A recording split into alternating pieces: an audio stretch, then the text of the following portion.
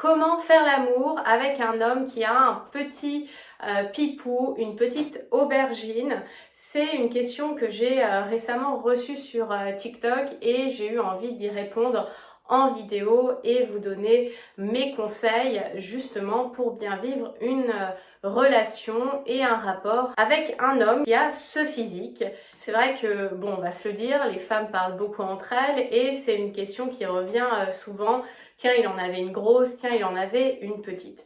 Et je pense que la première étape, mesdames, quand on rencontre un homme et qu'on rentre dans ce moment un peu sexy de faire l'amour, de partager du plaisir ensemble, c'est de faire preuve de curiosité parce qu'on est extrêmement conditionné avec tous ces phallus qu'on a vus dans notre environnement, que ça soit à travers l'architecture, que ça soit les dessins sur nos bureaux quand on était à l'école, que ça soit le porno, etc. Donc on est extrêmement conditionné à avoir des mâles, des gros membres.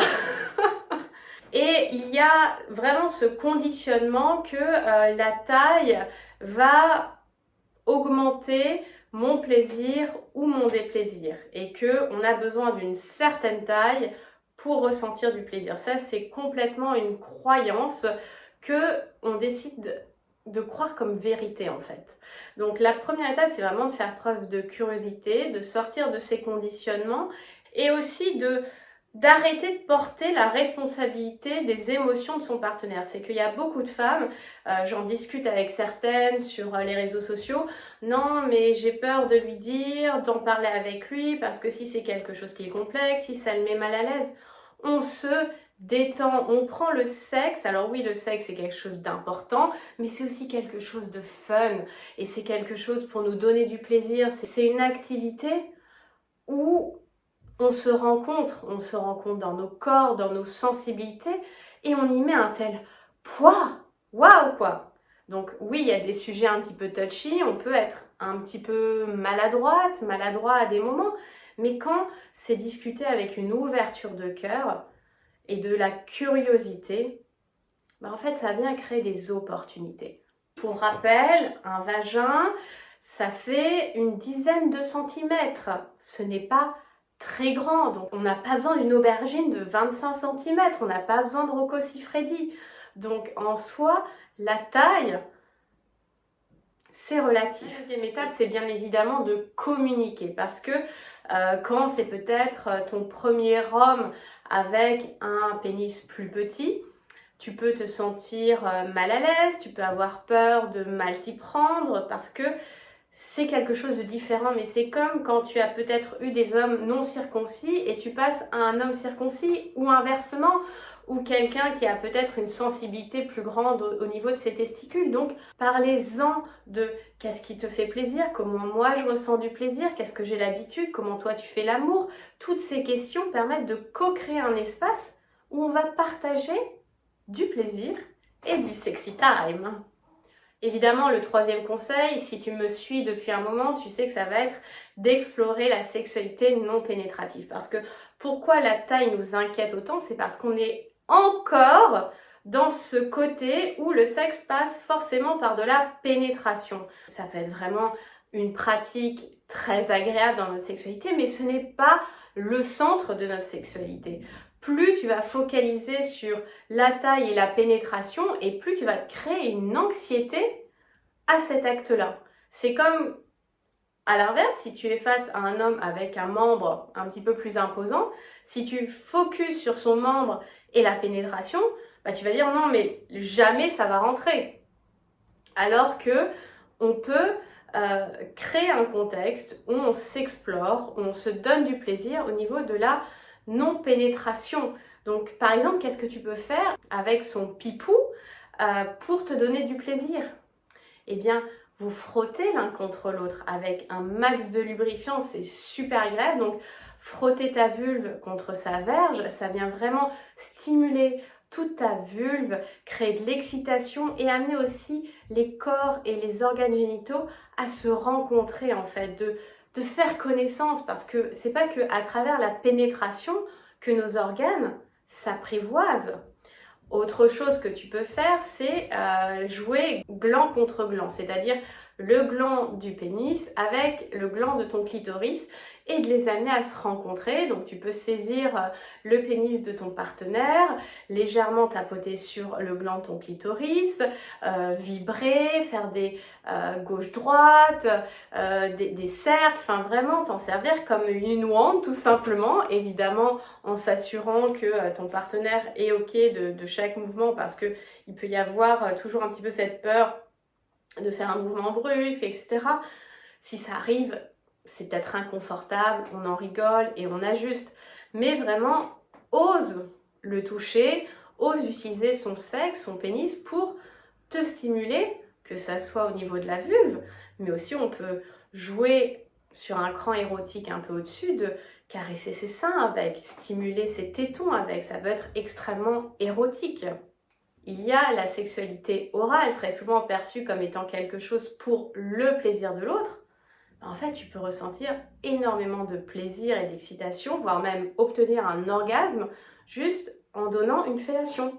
Toutes ces pratiques permettent déjà, d'avoir une sexualité hyper riche et surtout, mais plaisante, c'est agréable, c'est excitant, ça me donne du plaisir en tant que femme. Là, on a parlé de la non-pénétration, mais qu'en est-il des actes et des pratiques pénétratives? On est, et je l'ai expliqué dans, je sais plus, un épisode du podcast ou une vidéo, bref, on est quand même beaucoup dans une sexualité de friction en Occident, c'est-à-dire une sexualité de va-et-vient. Et si tu n'as jamais testé ça, peu importe la taille du sexe de ton partenaire, ça va être les mouvements de pression, je fais le geste avec ma main, le côté un peu circulaire dans la stimulation, les gauche-droite, plutôt que de rentrer et de sortir. Alors oui, c'est excitant, ça vient stimuler l'entrée de la vulve, peut-être potentiellement passer au niveau de la zone G, mais en fait d'être sur des côtés où avec son pénis, il vient appuyer sur différentes zones de ta muqueuse, de ton vagin. Déjà, ça va te faire découvrir ton vagin différemment, tes sensations, et aussi stimuler ton clitoris de manière interne, puisque le clitoris, ses piliers, ses jambes, entre guillemets, entourent ton vagin. Donc, il y a forcément des zones qui vont permettre de le stimuler plus ou moins intensément de l'intérieur. Donc, avec des mouvements de pression, il y a les mouvements circulaires où il peut tourner à l'intérieur de ton vagin et vraiment obtenir cette caresse à l'intérieur de ton vagin. Ça peut être aussi des mouvements de gauche-droite, donc à nouveau des pressions. Ça peut être gauche-droite, d'en haut, d'en bas, côté-côté. Enfin vraiment, si tu n'as jamais essayé ce type de pratique, ça va être assez révolutionnaire parce que de ce fait-là, tu vas avoir moins cette sensation déjà, d'échauffement que par rapport au va-et-vient. Et puis tu vas sentir des choses, vraiment ça peut être très très intense. Après, évidemment, dans l'acte pénétratif, ça va être aussi potentiellement de favoriser les positions qui permettent des pénétrations un petit peu plus profondes. Alors, quelles sont ces positions? Alors, on a bien évidemment la levrette, donc tu te mets à quatre pattes, et ce qui va d'autant plus intensifier la position, c'est comme, je ne sais pas si tu fais du yoga, en yoga, tu as la position cat and cow, donc soit tu fais le dos rond, soit tu fais le dos creux. Et là, tu vas vraiment t'efforcer de creuser un maximum ton dos, donc ça va permettre de vraiment mettre en arrière ton bassin, d'ouvrir beaucoup plus ta zone intime et de permettre une pénétration plus profonde avec le pénis de ton partenaire. Donc soit tu es à genoux, à quatre pattes, le dos légèrement creusé en fonction de ta souplesse et ton partenaire est debout et te pénètre, ou alors à genoux tous les deux sur le lit. Ça peut être effectivement une variante à s'adosser au niveau d'un canapé ou d'un fauteuil ou contre un mur où tu te penches pareil à quatre pattes. Ça peut être des situations en plus qui amènent un contexte excitant. Après, il y a la position d'Andromaque. On en parlait, la position d'Andromaque pour le cunnilingus la semaine dernière. Là, c'est vraiment, tu t'assieds sur ton partenaire et c'est toi qui gères la pénétration, l'angle, la vitesse.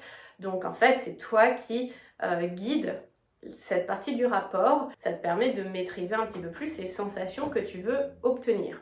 Après, il va y avoir deux variantes au niveau du missionnaire, donc soit l'enclume, c'est-à-dire Tu vas être sur le dos et tu vas mettre tes jambes sur ses épaules, donc ça te permet d'avoir le bassin un petit peu plus proéminent et d'avoir une pénétration plus profonde.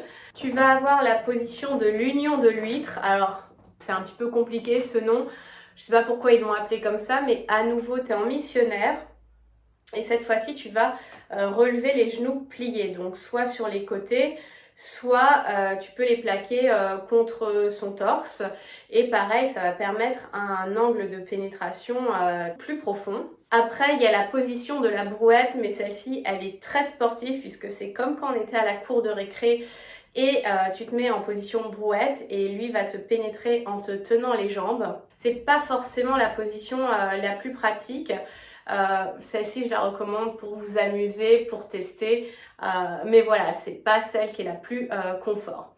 Le dernier point que je souhaite aborder avec toi, ce sont les accessoires. Parce que quand on est avec un partenaire qui a un petit pénis, on peut totalement mutualiser les plaisirs avec les accessoires. Alors qu'est-ce qu'un homme à petit pénis peut utiliser? Déjà, ça va être une gaine. Il existe des gaines pour permettre d'augmenter finalement la taille de son pénis lors de la pénétration. Donc c'est un petit peu comme un gant qui reprend la forme d'un pénis et qui va permettre une pénétration entre guillemets classique avec une taille un petit peu plus imposante. Mais bon voilà, à nouveau, c'est pas obligatoire, c'est quelque chose qui existe. Il y a des hommes qui y ont recours, donc je pense que c'est important de le mentionner et d'en parler. Et puis après, ça va être s'autoriser la double pénétration, c'est-à-dire utiliser un sextoy en même temps qu'il te pénètre. Donc ça peut être un sextoy assez fin, type les sextoys qui sont généralement dédiés pour le point G. Alors malheureusement j'en ai pas là, ils sont tous chez mon mec. Et c'est des sextoys qui généralement sont un peu plus fins que les autres sextoys pénétratifs. Donc ça peut nous permettre de vraiment jouer au niveau vaginal avec cette double pénétration et d'avoir une stimulation plus intense avec ce type d'objet. Et puis après, ça va vous demander tout simplement de pratiquer, d'essayer et de voir qu'est-ce qui vous plaît à vous, parce qu'il y a autant de sexualité que de couple et je pense que c'est fondamental de trouver les pratiques et d'explorer ce qui vous fait sens, ce qui est amusant pour vous et surtout ce qui vous donne du plaisir. Voilà ce que je souhaitais vous partager pour cette semaine autour du plaisir, de la taille du pénis de votre partenaire, de votre mari. Ça peut être vécu comme un handicap, mais c'est pas quelque chose qui rend impossible la sexualité. Il y a énormément de choses maintenant qui sont accessibles et on est dans un monde où vous avez internet pour découvrir des solutions et des alternatives. Si tu veux aller plus loin, je t'invite à aller voir cette vidéo autour de l'orgasme féminin et surtout si tu as des difficultés à orgasmer, je t'invite à aller visionner cette vidéo. Évidemment, si tu as aimé ce que je t'ai partagé aujourd'hui, abonne-toi à la chaîne Homme Fauve, like la vidéo, partage-la et n'hésite pas à me rejoindre sur les autres réseaux sociaux. Tous les liens sont en box de description. Et pour les femmes qui souhaitent justement renouer avec leur plaisir, leur corps, en résumé, prendre leurs pieds sans se prendre la tête, et tu peux venir dans l'école du plaisir. C'est l'enseignement que j'ai développé pour les femmes qui veulent retrouver du plaisir dans la chambre à coucher, dans le quotidien et surtout sortir du contrôle, récupérer plus de sécurité et de lâcher prise. Je te souhaite une très belle journée, libère ta version fauve et surtout rugis de plaisir. Bye!